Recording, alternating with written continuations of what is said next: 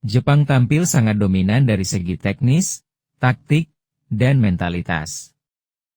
Mereka bermain dengan intensitas tinggi, penguasaan bola solid, 71%, dan organisasi tim yang sangat rapi.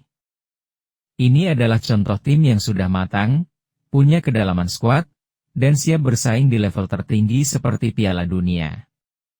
Indonesia benar-benar kesulitan sejak awal laga.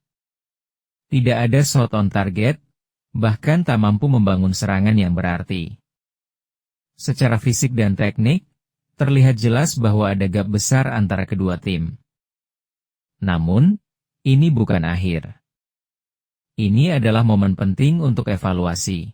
Bertemu tim sekelas Jepang memberikan pengalaman dan peta kelemahan yang bisa dijadikan dasar pembenahan, terutama di aspek struktur bertahan, terlalu longgar, transisi dari bertahan ke menyerang, lambat, kedisiplinan posisi, daya tahan dan stamina. Indonesia bermain terlalu pasif. Tekanan Jepang membuat Indonesia tidak bisa keluar dari separuh lapangan sendiri. Tidak ada variasi dalam strategi serangan, bahkan saat tertinggal jauh. Ini menunjukkan perlunya fleksibilitas taktik dan pelatihan antisipasi terhadap tim dengan high press dan pergerakan cepat. Ini menjadi pengalaman penting bagi pemain muda Indonesia. Patrick Kluivert, pelatih baru, mendapat gambaran jelas soal kualitas lawan-lawan di level atas Asia. Indonesia tetap berpeluang di putaran berikutnya melalui jalur playoff, asalkan melakukan evaluasi total. Kekalahan ini menyakitkan, tapi realistis. Jepang saat ini berada 2-3 level di atas Indonesia. Namun, justru dari kekalahan seperti ini, tim bisa tumbuh, asalkan tidak menyalahkan siapa-siapa dan mulai bekerja keras dari dasar, taktik, stamina, dan mental.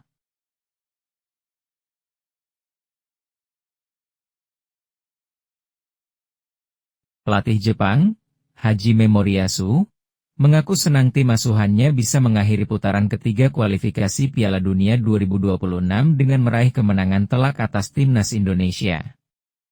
Jepang mengalahkan timnas Indonesia 6-0 dalam laga terakhir grup C putaran ketiga kualifikasi Piala Dunia 2026 zona Asia di Suita City Football Stadium, Osaka, Selasa lalu. Dalam laga ini, Hajime Moriyasu melakukan rotasi pemain karena banyak pemain muda yang dipanggil. Meski begitu, timnas Indonesia dibuat tak berkutik oleh Jepang. Wataru Endo dan kawan-kawan dalam laga ini tampil mendominasi sejak menit pertama hingga pertandingan berakhir. Jepang bahkan lebih banyak memainkan bola di pertahanan timnas Indonesia sehingga mereka pun bisa menang telak. Dalam laga ini, skuad Garuda bahkan tak diberi kesempatan untuk mengancam gawang Samurai Biru sama sekali. Pasalnya, dalam pertandingan ini, tim asuhan Patrick Kluivert tak mampu melesatkan satupun tembakan ke gawang Jepang. Pertandingan jadi berakhir dengan kemenangan yang sangat meyakinkan buat Samurai Biru. Setelah mengalahkan timnas Indonesia dan membawa tim asuhannya meraih poin penuh, Hajime Moriyasu mengaku senang Jepang bisa mengakhiri putaran ketiga dengan kemenangan telak. Dia merasa senang Takefusa Kubo dan kawan-kawan bisa menuntaskan tugas dengan baik. Menurutnya, kemenangan Jepang atas Jai Itzes dan kawan-kawan ini tak didapatkan begitu saja. Akan tetapi, hasil ini terjadi karena kerja keras para pemain selama latihan dan dalam pertandingan. Hajime Moriyasu merasa senang dengan penampilan anak asuhnya karena para pemain tak merasa puas hanya dengan 1 gol. Dia senang karena para pemainnya terus berusaha mencetak gol hingga akhirnya menang telak 6-0.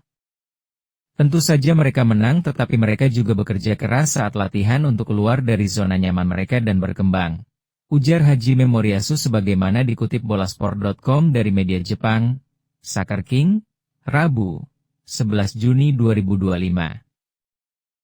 Bagus karena mereka terus mencetak gol berikutnya di pertandingan tanpa puas hanya dengan 1 gol, tegasnya. Selain itu, Moriyasu juga menyebut bahwa kemenangan ini juga tak lepas dari dukungan supporter. Pelatih berusia 56 tahun tersebut menilai bahwa dukungan dari supporter ini membuat para pemain ingin memberikan hasil terbaik. Saya rasa para pemain telah melakukan apa yang mereka bisa selama periode ini untuk meningkatkan level mereka dan kekuatan yang dimiliki para pemain membawa hasil ini, kata Moriyasu. Kami bisa menang karena banyak supporter yang tetap mendukung meski dalam kondisi hujan, jelasnya. Setelah mengalahkan timnas Indonesia, Moriyasu mengaku perjalanan timnya belum selesai.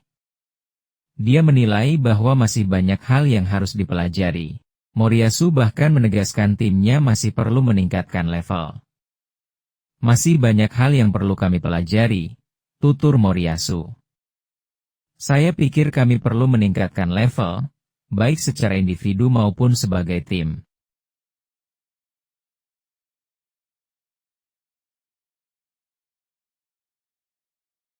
Kepala Pemandu Bakat Timnas Indonesia, Simon Tahamata, mengungkapkan perasaan sedihnya seusai skuad Garuda kalah telak dari Timnas Jepang. Timnas Indonesia baru saja menuai hasil minor yang menyakitkan saat bersua Timnas Jepang dalam laga terakhir Grup C kualifikasi Piala Dunia 2026 zona Asia di Stadion Suita, Osaka, Jepang, Selasa kemarin. Dalam laga tandang melawan Timnas Jepang tersebut, Timnas Indonesia tumbang dengan skor 0-6. 6 gol Timnas Jepang yang bersarang di gawang Timnas Indonesia itu dibuat oleh Daichi Kamada pada menit ke-15 dan 45 C6, Takefusa Kubo, 19, Ryoya Morishita, 55, Shuto Machino, 58, serta Mao Hoyosa, 80. Kekalahan telak tersebut ternyata menjadi sorotan Simon Tahamata selaku kepala pemandu bakat Timnas Indonesia. Simon tidak menonton langsung di stadion saat Timnas Indonesia digilas setengah lusin gol saat bertandang ke markas Jepang. Mantan Direktur Ajax Amsterdam tersebut menyaksikan duel Timnas Indonesia kontra Timnas Jepang dalam acara nonton bareng, Nobar, di Garuda Store GBK, Senayan, Jakarta, 10 Juni 2025. Dari pantauan kami, Simon Tahamata ditemani oleh Neil Petersen yang merupakan jurnalis Belanda berdarah Indonesia. Simon tampak serius memantau pertandingan Timnas Indonesia melawan Timnas Jepang. Meskipun gawang Timnas Indonesia dibobol 6 kali oleh Timnas Jepang, hal itu tidak membuat figur berusia 69 tahun tersebut menepikan pandangannya untuk menonton. Simon Tahamata bahkan tak segan untuk memberikan tanggapan kepada awak media seusai laga Timnas Indonesia menghadapi Timnas Jepang usai.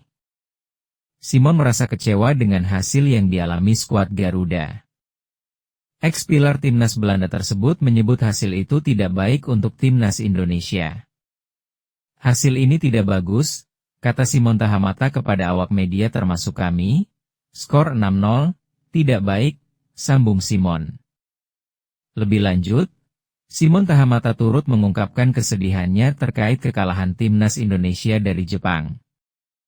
Simon sedih karena Timnas Indonesia kalah telak 0-6. Mantan pemain Ajax Amsterdam tersebut menyadari bahwa dalam sepak bola bisa saja semua kemungkinan terjadi. Namun, kekalahan 0-6 yang diderita Timnas Indonesia cukup mengejutkan Simon Tahamata. Ini memang pertandingan sepak bola tetapi kalau kalah 0-6, mau bikin apa? Ucap Simon. Kita semua menangis, pungkas kepala pemandu bakat Timnas Indonesia tersebut. Timnas Indonesia akan melanjutkan kiprahnya di putaran keempat kualifikasi Piala Dunia 2026 zona Asia. Hasil tersebut didapatkan seusai Timnas Indonesia finish di peringkat keempat klasemen akhir Grup C putaran ketiga kualifikasi Piala Dunia 2026 zona Asia. Skuad Garuda menempati urutan keempat dengan raihan 12 poin dari hasil 3 kemenangan, 3 laga imbang, dan 4 pertandingan tumbang. Timnas Indonesia masih menunggu lawan-lawan yang bakal dihadapi pada putaran keempat demi meraih tiket ke Piala Dunia.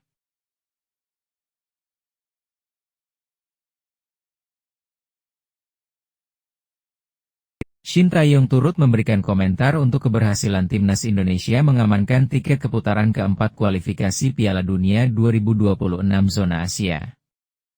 Sebagai informasi, Timnas Indonesia dipastikan mengamankan tiket lolos ke putaran keempat pada 5 Juni lalu.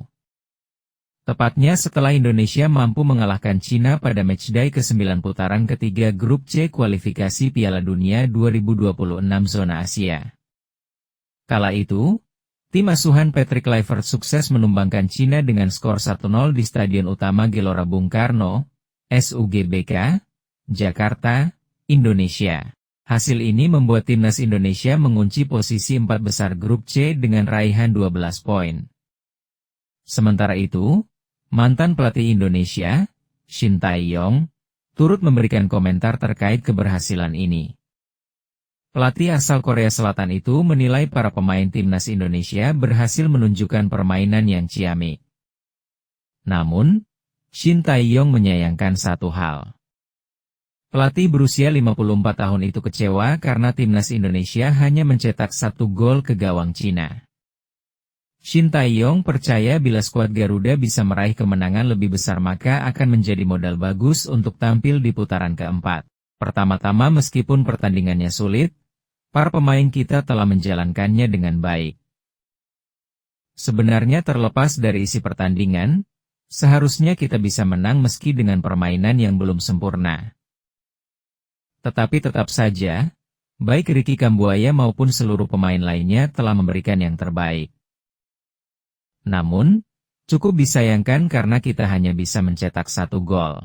Meskipun kita lolos ke putaran keempat dengan kemenangan itu, andai para pemain bisa mencetak lebih banyak gol di pertandingan seperti itu, maka saat masuk ke putaran keempat mereka pasti akan mendapatkan lebih banyak keberanian dan kepercayaan diri untuk bermain lebih baik, kata Shin Tae-yong. Shin memberikan komentar itu saat ditanya Jeng Sok-seo, mantan penerjemah timnas Indonesia, dalam sebuah video yang diunggah di akun pribadinya di Instagram pada Rabu, 11 Juni 2025. Terlepas dari semuanya, Shin Tae-yong tetap memberikan pujian kepada timnas Indonesia. Menurutnya, lolos ke putaran keempat adalah sebuah prestasi yang luar biasa. Seperti yang diketahui, timnas Indonesia mengakhiri perjuangan di putaran ketiga dengan raihan 12 poin. Separuh atau 6 poin tersebut disumbangkan oleh Shin Tae-yong. Shin Tae-yong meraih 6 poin bersama timnas Indonesia dari 6 laga. Di sisi lain, Patrick Kluivert menyumbangkan 6 poin dari 4 pertandingan. Meskipun begitu, saya rasa lolos ke putaran keempat kualifikasi Piala Dunia yang sulit ini adalah pencapaian luar biasa. Saya ingin memberikan pujian atas hal itu, ucap Shin Tae-yong.